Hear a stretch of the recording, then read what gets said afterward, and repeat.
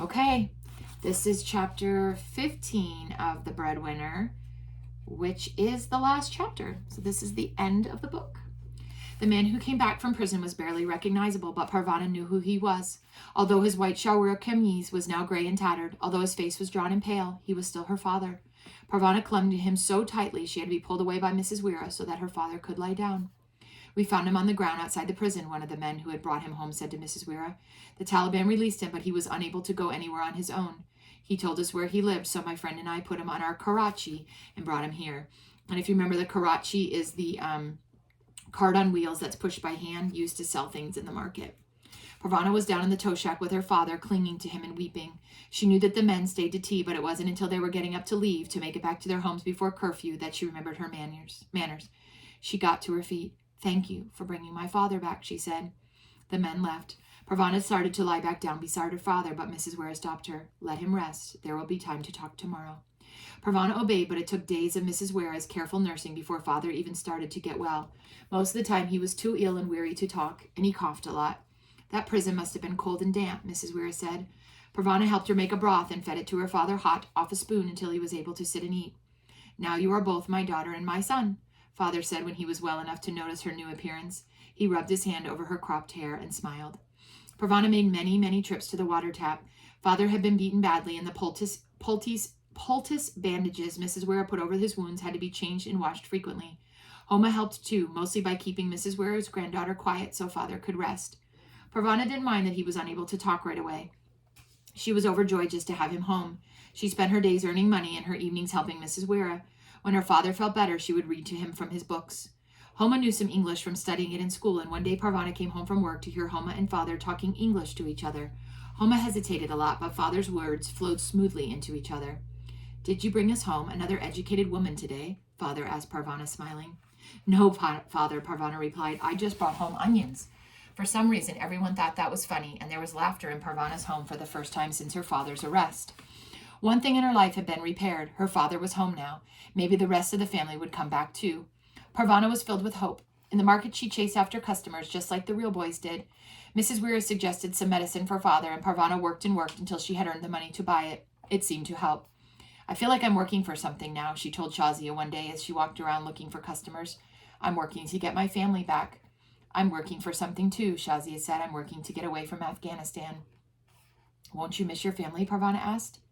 My grandfather has started to look for a husband for me, Shazia replied.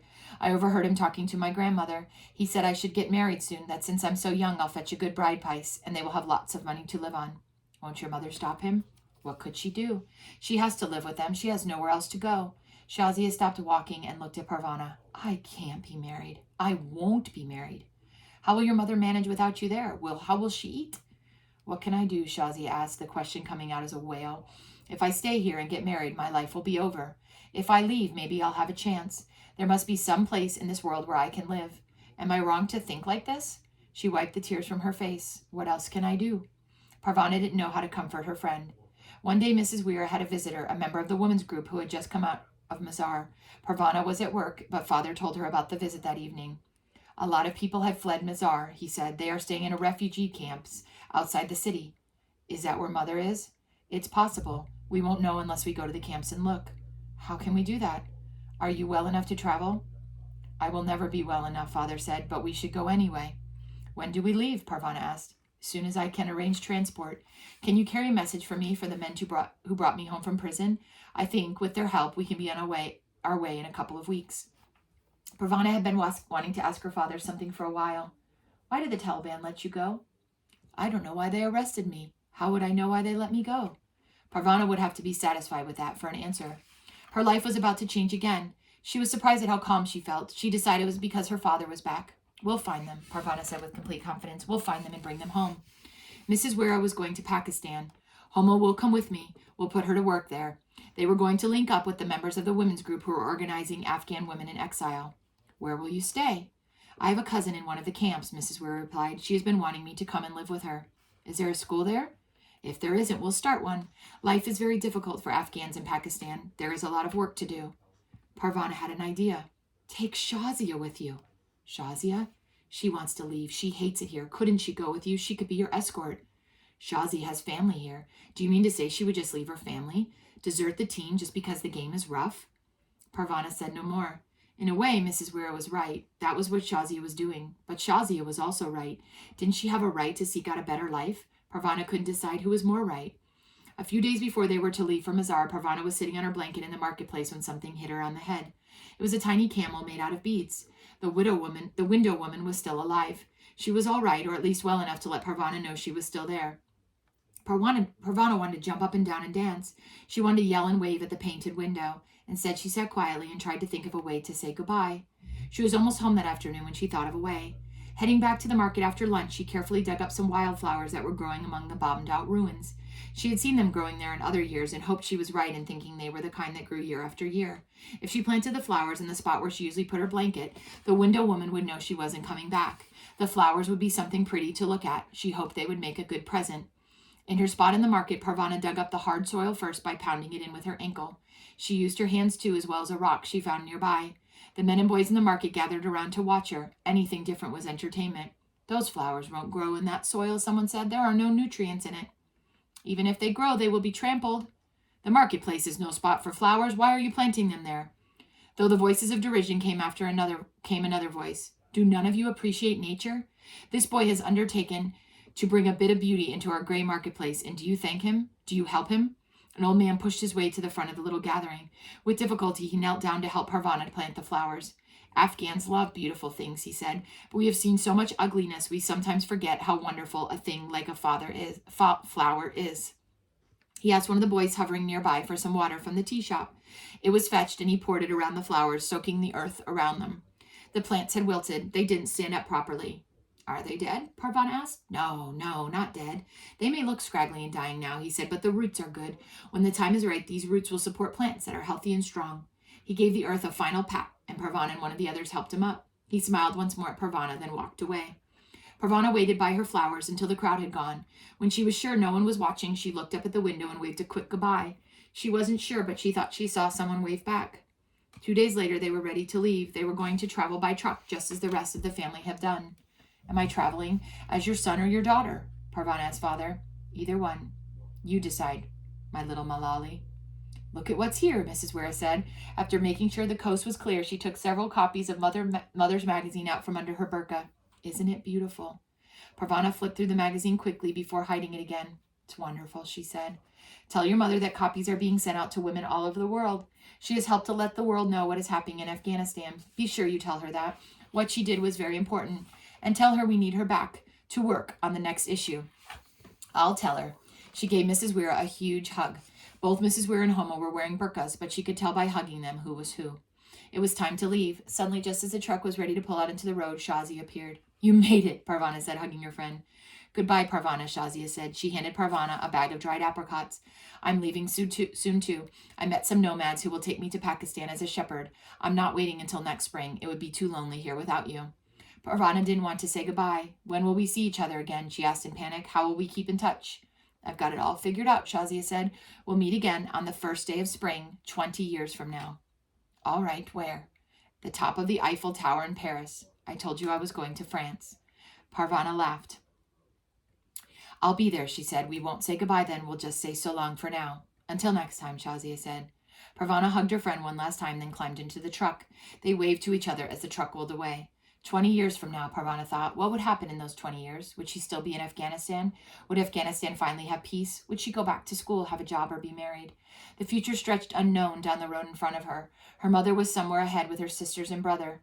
But what else could they find? Parvana had no idea. Whatever it was, she felt ready for it. She even found herself looking forward to it. Parvana settled back in the truck beside her father. She popped a dried apricot into her mouth and rolled its sweetness around on her tongue. Through the dusty front windshield, she could see Mount Parvana, the snow on its peaks sparkling in the sun. And that's the end of the book, and I wanted to read the author's note in conclusion. And just so you know, this book was written by Deborah Ellis, and it was written in 2000 originally, but it's been reprinted. So this was basically written right after 9/11, right before 9/11. And, it's been 20 years now.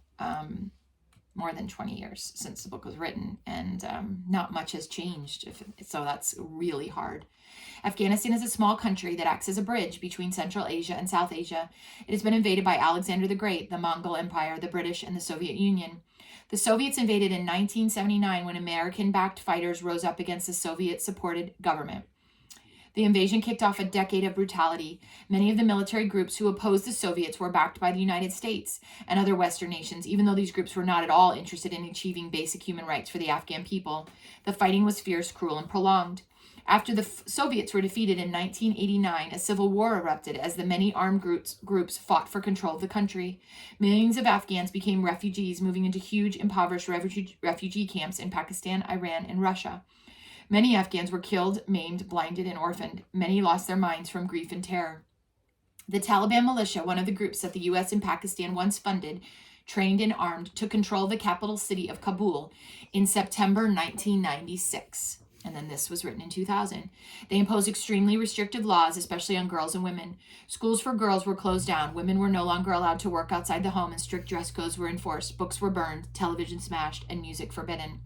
In the fall of 2001, Al-Qaeda, a terrorist group that trained in Afghanistan, although largely made up of men from outside the country, launched attacks on the Pentagon and the World Trade Center in New York City.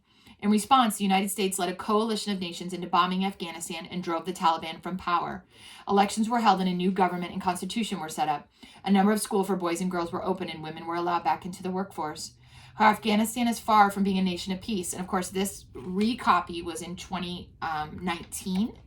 And so we know, of course, that since then, just recently here, under President Biden, we pulled out of Afghanistan, and the Taliban is mostly back in power in Afghanistan. And so this was before we had pulled out of Afghanistan. So, however, Afghanistan is far from being a nation of peace for many reasons. The Taliban has returned to fight very effective guerrilla war against the government and foreign forces. Afghanistan has become a major producer of opium, from which heroin is made. There is a great deal of corruption at all levels of a government, and finally Afghans, like people around the world, are uncomfortable with foreign forces fighting in their country. Struggles for women's rights continue as well, with girls' schools being burned and women activists being assassinated. There are no easy answers for the people of Afghanistan. Learning more about this beautiful, tragic country and its wonderful people is one small way to avoid the many mistakes outsiders have made that have brought Afghans to this difficult time in their history.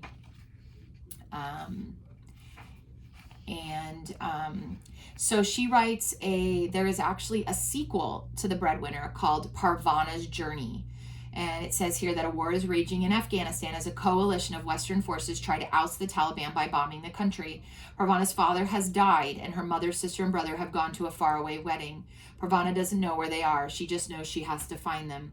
And so, masquerading as a boy, she sets out across the desolate countryside through the war zone of that Afghanistan has become. So that's very tough. We find out in there that her father died. And then there's actually another book called Mud City that follows after that. And then My Name is Parvana. And then she also wrote another book called Kids of Kabul. So Deborah Ellis is author of more than 24 books, including The Breadwinner, which has been published in 25 languages and was recently adapted into a feature-length film, animated film, and a graphic novel. She's won the Governor General's Literary Award, the Middle East Book Award, the Peter Pan Prize, and a bunch of other things. So really fantastic book, and wow, so eye-opening. And I dropped a picture.